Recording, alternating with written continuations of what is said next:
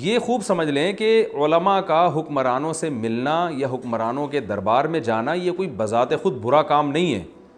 بعض حضرات مثالیں دے رہے ہیں کہ امام ابو حنیفہ رحمہ اللہ تعالیٰ کو قاضی کا عہدہ پیش کیا گیا حکمران کی طرف سے, آپ نے قبول نہیں کیا اور کوڑے مارے گئے. امام احمد ابن حنبل کو کوڑے مارے گئے. امام مالک کو بادشاہ نے بلایا, آپ نے جانے سے انکار کر دیا. اور اس طرح کے بہت سارے ہمارے اکابر کے بزرگوں کے واقعات ہیں کہ حکمرانوں کو انہوں نے جوتے کی نوک پہ رکھا. جوتے کی نوک پہ رکھنے کا مطلب یہ نہیں کہ توہین کی, بلکہ حکمرانوں سے نہیں ملے, اپنے آپ کو بچا کے رکھا. تو یہ مثالیں دی جاتی ہیں اور حضرت مولانا پہ اعتراض کیا جاتا ہے کہ وہ حکمرانوں سے ملتے ہیں تو گویا وہ اپنے اسلاف کے روش سے ہٹ گئے ہیں.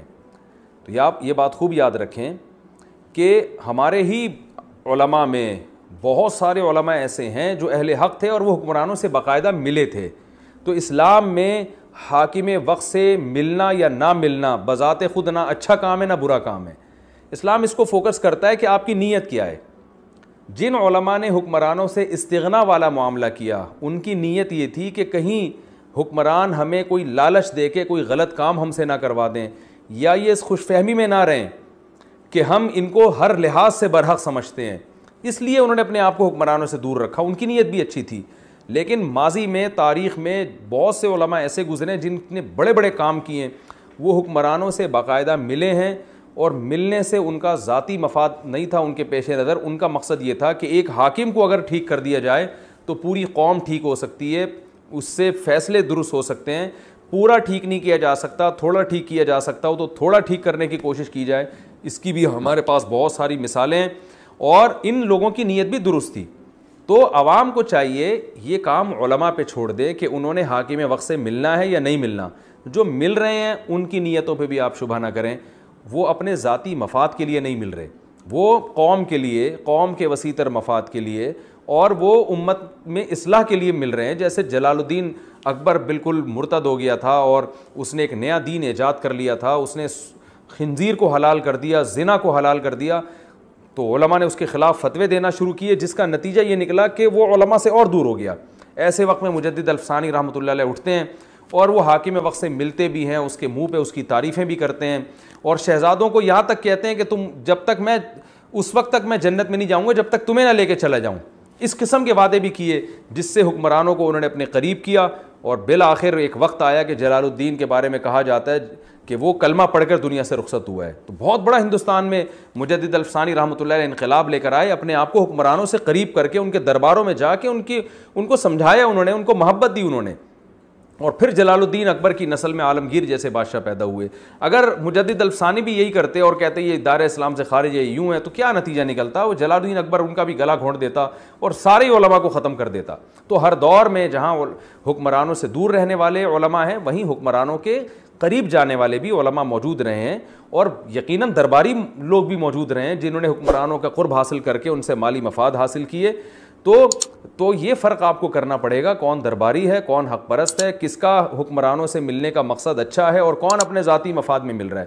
یہ فرق کیے بغیر آپ نے بس جو بھی عالم کسی حاکم سے ملتا ہے آپ نے اس پہ فتوے دینا شروع کر دیے, یہ اسلام کی تعلیمات بالکل بھی نہیں ہے اور اسلام اس کے بالکل اگینسٹ ہے. آپ کسی کی نیت پہ شبہ نہیں کر سکتے.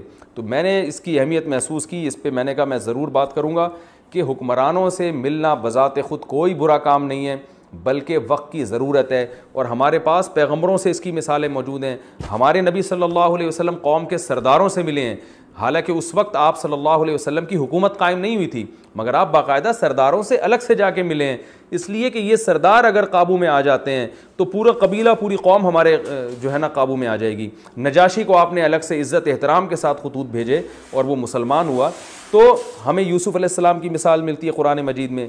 یوسف علیہ السلام جیل میں ہیں اور وقت کا جو کافر بادشاہ ہے وہ آپ کی جب رہائی کا حکم دیتا ہے تو آپ کو دربار میں بلاتا ہے. یوسف علیہ السلام نے تو انکار نہیں کیا کہ یہ کہا کہ میں رہا ہو کے میں تو جا رہا ہوں بس. بادشاہ نے آپ کو دربار میں بلایا ہے. یوسف علیہ السلام بادشاہ کے دربار میں بھی گئے ہیں اور کافر بادشاہ کے دربار میں گئے ہیں. بادشاہ نے جب آپ کی باتیں سنی, متاثر ہوا, بادشاہ نے کہا میں اپنے آپ کو ٹھکانہ دینا چاہتا ہوں, آپ میرے ساتھ ہی رہا کریں گے. انک الیوم لدینا مکین امین, کہ آپ کا ایک ہمارے محل میں مضبوط ٹھکانہ ہے اور آپ قابل اعتماد ہیں. تو بادشاہ عہدہ بھی دے رہا ہے.